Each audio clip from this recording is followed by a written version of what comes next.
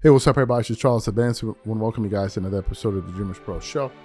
We cover everything from sports, hot topics, classic debates, entertainment, and when we give you guys a fresh perspective on things and how we see them. So, folks, today we got a crazy show for y'all, and it's going to be about Luka Doncic, right? The number one talk of the town last season, especially after that bombshell trade. But before we get into it, please make sure you like the video and sub to the channel. So, as you guys know, the biggest trade that went down, arguably the biggest trade in NBA history, was that Luka AD swap, just because it was just, everybody was just blindsided by it, right? Nobody saw it coming.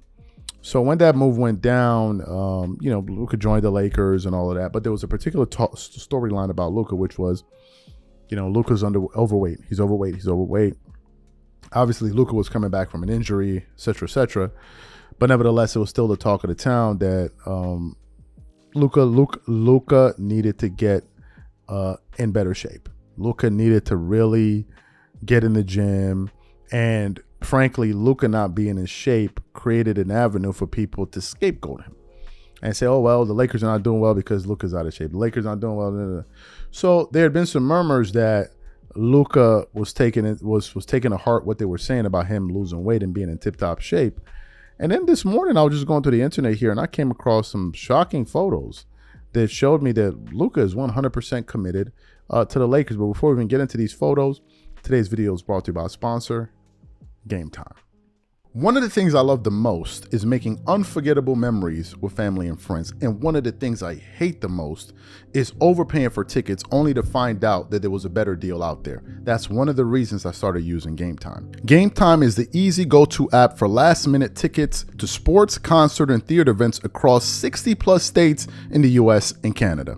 Game Time saves me time, money, and stress by curating only the best deals, so I'm not wasting a whole bunch of time scrolling through overpriced tickets. Game Time Picks is my favorite tool. It highlights the best value seats instantly.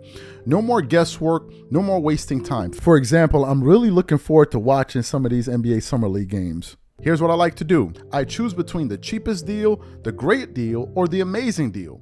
Once you select the ticket you want, you can use their panoramic seat view to ensure you know exactly what you're getting before you buy. So take the guesswork out of buying tickets with Game Time. Download the app, create an account, and use code CLNS for $20 off your first purchase. Again, create an account and use redeem code CLNS for $20 off. And remember, whenever you support this sponsor, you're supporting this channel.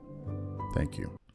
Excellent. So I want to show you some photos here that we got from Men's Health magazine. Let me show it to you. It says Luka Doncic muscles up. The skinny on the Lakers star summer shred. So you see this one image of him here, which looks like he's doing some kind of maneuver with a dumbbell in his hand. Then we go to the next image. He's doing some kind of high kick raises or whatever it is outside. He's looking pretty lean, looking pretty cut over there, looking like he's in great shape. And then you have another photo of him here shooting, and it looks like somebody has some kind of resistance band on his waist there. So he's working out. Then you have another picture of him deadlifting, what looks like he's deadlifting. Here you can see Luka's looking pretty slim. Even his face is slimmed down. The guy looks slim. You can see he has more definition on his arms. Then I want to go to another post here. This is from Sideline Sources. It says Luka Doncic says his vertical is higher now than his 42-inch during the draft. And then they said, of course, some people speculated that that's not true. They said, how can he be jumping for 42 inches and all that? But so people, he has saying no way he has a 40-inch vertical. But I'm looking at the picture of him here. Here he's doing a lunge, what looks to be like a lunge. And the guy looks like he's in spectacular shape. You can see his jawline. He's slimmed down. He's gotten rid of a lot of the fat that he had on his body. So looking at Luka here, the guy looks good, right? So why am I saying that this proves that he's 100% committed to the Lakers? Well, first thing is, everybody knows that the Lakers right now are trying to sign Luka to an extension. That's their number one priority, which means that he's not signed to the Lakers. And then another reason I'm saying it is because one of the talking points, and even I think his coach, JJ Redick, pointed to it, was just Luka being in better shape. So for Luka to now really get in tip-top condition, it shows me that, number one, he heard what people are saying. He understands that this is the assignment that he has to fulfill for the Lakers, and him getting in shape proves to me that, look, he's on board. Another reason that I feel like he's 100% on board with the Lakers is because of some of the decisions that he's been a part of with the team, recruiting DeAndre Ayton. I believe he also recruited Marcus Smart. He's done some other things that would have indicated that he's kind of bought into what they're doing. You don't really involve yourself in what a team is doing if you're not looking to be there long term. You kind of let things just play out, and then you're on your merry way. So to me, this is a excellent sign for Laker Nation that Luka is 100% committed. Now, I don't want to be these dumbass. Like, look, all of you guys know I was a Laker fan for damn near 2 decades. Huge Kobe Bryant fan. Kobe made me a Laker fan, and but I hadn't supported the team in a year, especially since LeBron got there. And I now said that I can finally feel comfortable talking about the team now. But I'm not going to be one of these dumbass like Laker content creators and all that. There are a lot of dumbass Laker content creators out here. They make content that is based on they give you superficial content, superficial points. Like, oh, if Luka's super slim, the Lakers are going to win. No. Okay, there are a lot of super slim athletes in the NBA that lost last year. So it just doesn't come down to Luka being slim.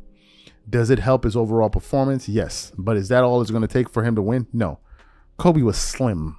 He didn't win every year. Jordan was slim. He didn't win every year. LeBron is slim. He doesn't win every year, right? So I don't want to get into that kind of nonsense like wheelhouse of just total garbage that people like to create. The fact of the matter is this. It's big for the Lakers, number one, because it indicates to me that he's heard what they're saying. I think even Magic Johnson went out there and said it. So he's taken that to heart, and he's really getting in tip-top shape to be the best player that he can be for this organization.